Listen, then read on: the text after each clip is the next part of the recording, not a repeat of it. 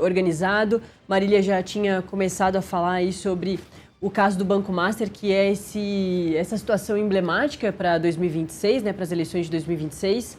E eu queria destacar uma das matérias que vocês têm na coluna, inclusive assinada por você mesmo, sobre o André Mendonça negando acesso a dados lá da morte do sicário. O sicário é aquele capanga, né, que aparece a partir da terceira fase da Operação Compliance Zero, essa principal da Polícia Federal, que investiga todo o esquema ali do Daniel Vorcaro. Ele é o líder desse grupo organizado, criminoso. Tem ali o número 2 dele, que é o cunhado dele, né, o marido da irmã dele, que é o Fabiano Zettel, que faria uma gestão ali do dinheiro que era movimentado para as atividades criminosas do Banco Master, de tudo que eles faziam. Tinha um policial federal aposentado que fazia o acompanhamento de pessoas que poderiam atrapalhar o esquema criminoso. E esse aqui que a gente está vendo a foto, que é o tal do sicário, que aí sim era o capanga. Ele que, como é que é a expressão? Neutralizaria quem estivesse no caminho do Daniel Vorcaro, né, Zucchi?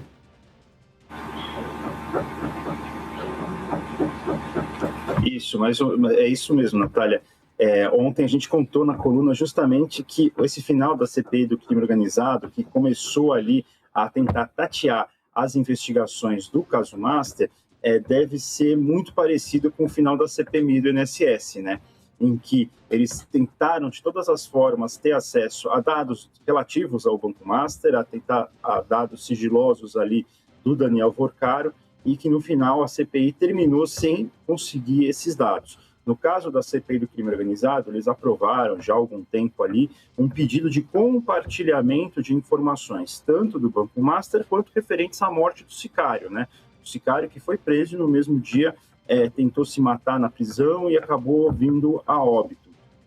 Então, eles pediram esse compartilhamento de informações e ontem o ministro André Mendonça, que é o relator da Compliance Zero no Supremo Tribunal Federal após a saída do ministro Dias Toffoli, respondeu falando, olha, a gente ainda tem as investigações estão em curso, as investigações ainda vão ter diligências a serem cumpridas, né, com daquele forma bem jurídica, né, com o juridiquês típico dos ministros do Supremo Tribunal Federal. Então, nesse momento, é impossível compartilhar, podendo mudar de posição no futuro. O problema é que no futuro acaba a CPI do crime organizado, né? A CPI, o Davi Alcolumbre já avisou que no próximo dia 14 a CPI encerra seus trabalhos, né? Na próxima terça-feira, 14 de abril, não vai aceitar o pedido de renovação da CPI por mais 60 dias, como era desejado pelo relator, o Alessandro Vieira, como era desejado pelo presidente da comissão, Fabiano Contarato.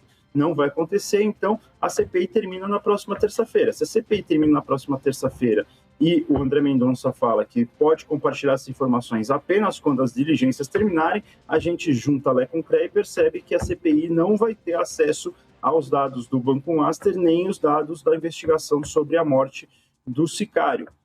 Assim como aconteceu com a CPI do INSS, que eles chegaram a ter acesso ali na sala cofre aos sigilos bancários do Daniel Vorcaro, aos sigilos telemáticos completos do Daniel Vorcaro, e que por causa de uma tentativa ali de vazar esses dados, o ministro André Mendonça pediu para recolher tudo, né, que ia limpar de dados pessoais, que ia limpar ali de fotos com autoridades, em momentos de descontração, ia limpar de fotos da intimidade do próprio Daniel Vorcaro.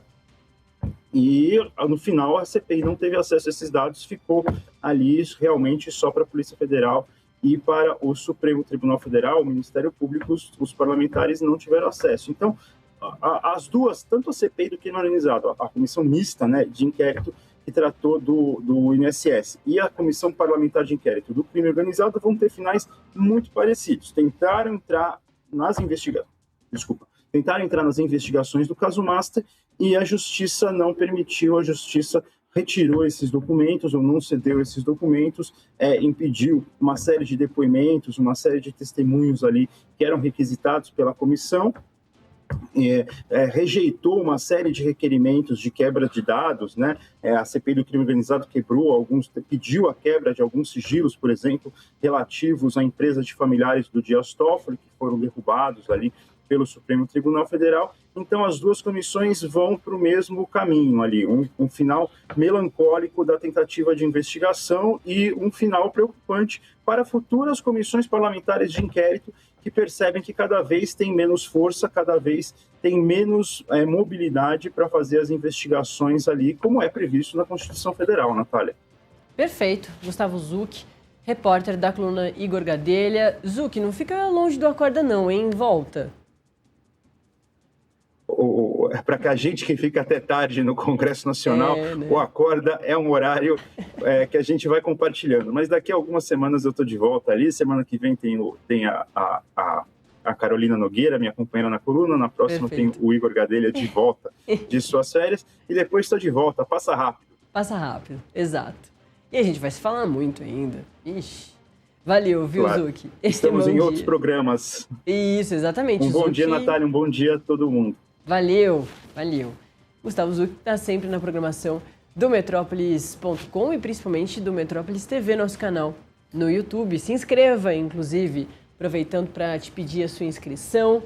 Lá a gente tem as nossas entrevistas, as participações dos colunistas, inclusive os cortes para você curtir e compartilhar. Assim que acaba o programa, a gente já começa a subir tudo para você não perder nada. Inclusive